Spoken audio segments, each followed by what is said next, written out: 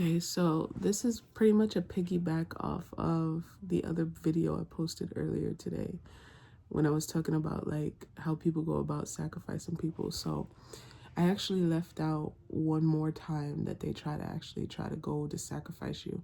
So the first time I say that they wait to try and sacrifice you is when you're at the pinnacle of your legacy, right? Which is like when you're already established, you have so much influence, but they're like you're at the point where they're now intimidated by how much influence you have.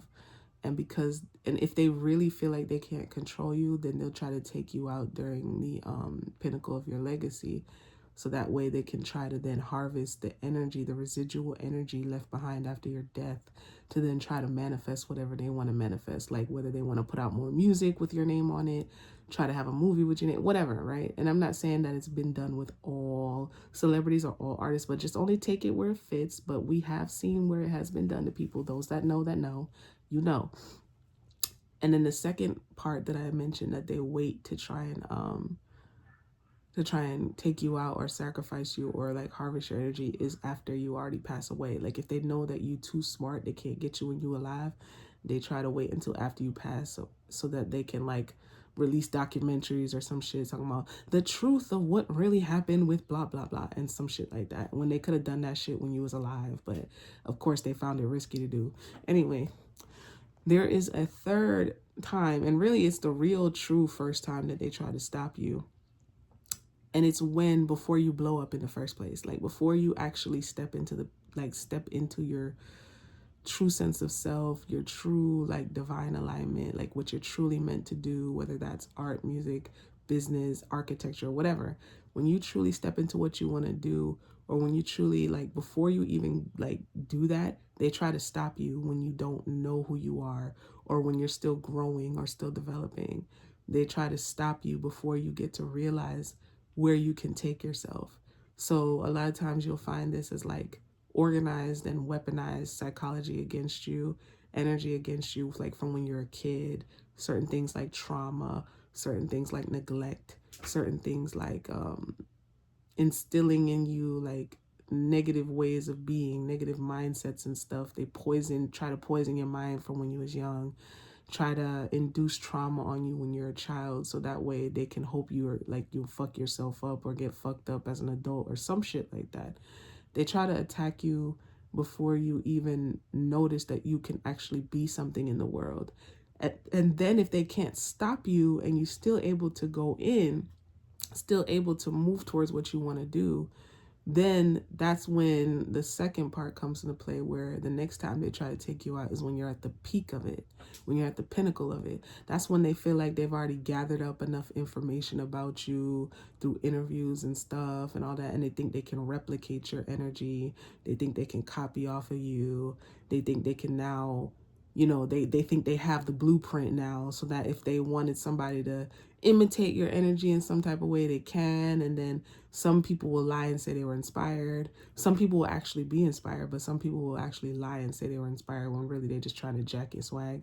But then they try to take you out. And then the third time, if they can't take you out when you're alive, they'll try to defame you or try to do some weird shit after you pass, and you're really not even in a position to speak up and say anything about it. Which is like, what's that phrase? They said, a dead man tell no tales type shit. So, yeah, just be mindful of that. But the real first stage, when they really like intimidated by what your impact and what you could do, before you even know it in yourself, they'll try to stop you. They'll try to dim your light, or make you feel like you're not good enough, make you feel like what you're doing has no, excuse me, because I'm still sick, but they'll try to make you feel like what you're doing isn't gonna matter, nobody cares, or who do you think you are, like type of weirdo shit that you just know in your soul is weird, because you actually doing something real. Like, you're not even hurting nobody, you're not done, you just being honest about yourself. If you don't feel like hanging out with certain people, you're not hanging out with them. You're very honest in your approach. You don't feel the need to kind of like dumb yourself down for anybody. You give yourself the time and space you need. And here's the thing, like, I wasn't always like that. Like, it wasn't until, obviously, like, well, in my adulthood, that I started learning, like, I need to give myself more grace and more time. Like, I really don't pat myself on the back as much as I should, given everything that I've been through.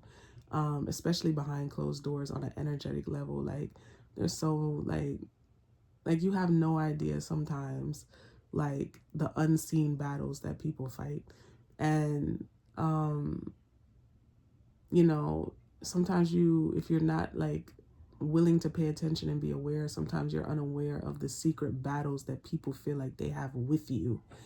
And you could be just minding your business and living your own life, and somebody could be looking at you with such envy, or multiple people could be looking at you with such envy, and you don't know why.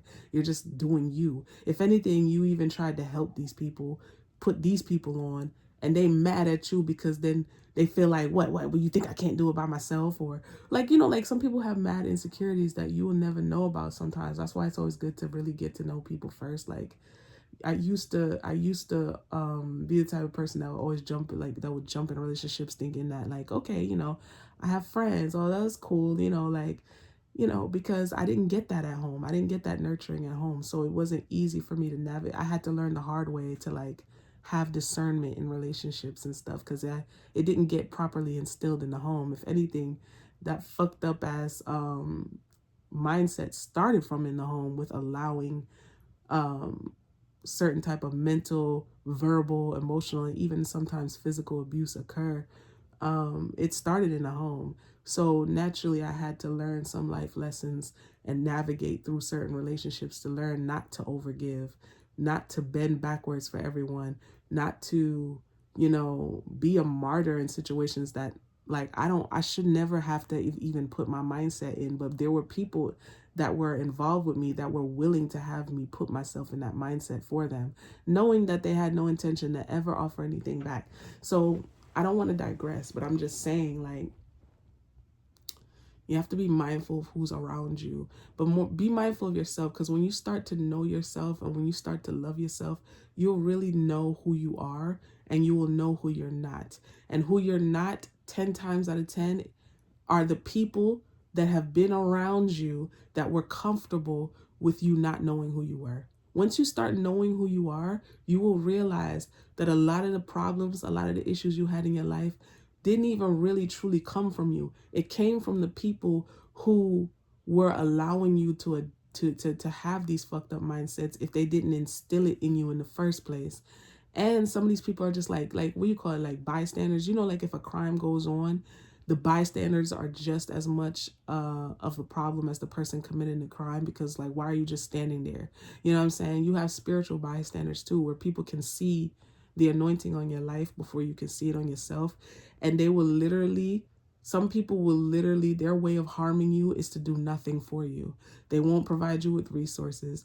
They won't show you the best things that can actually put you in better paths to what they know is aligned with you, what they know you want to do, what they see you've already been working towards. They will give you nothing, hoping that you will never make anything of yourself, which I think is cruel.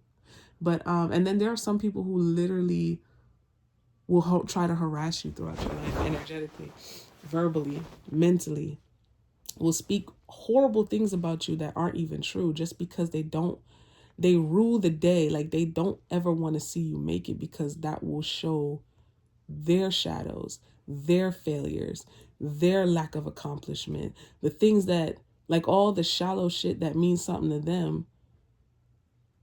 All of that will just crash and burn when they see somebody that actually deserves those things really getting those things in life. And all the shit that they did to try and look like the part, not even be the part, to just look like the part, all that will just easily crash and burn, because it was never real in the first place. So just be mindful of who you have around you. I know it's not easy to determine, especially if motherfuckers been targeting you since you was a child. Like, it's not easy for everyone. Some people really do fall into those traps, and they think that they're family, they think they're friends. And this is not all family and friend dynamics. Some people have really good friends that are real friends. Some people have a really good family that are really true to them. But like I said in my other video, not all of us were raised by our families. Not all of us were positively raised by our families. Some of us had to survive our families, okay? Some of us survived our cruel family members, or like influences that we had around us, whether they were old friend groups, old environments, old ways of thinking that just never served us the right way. And we had to grow out of that and outgrow these people, outgrow these situations, so that we can move forward on a better path for ourselves. So yeah, I just wanted to mention that because I didn't mention that in my initial video earlier this morning. So I'll just name this as a part 2.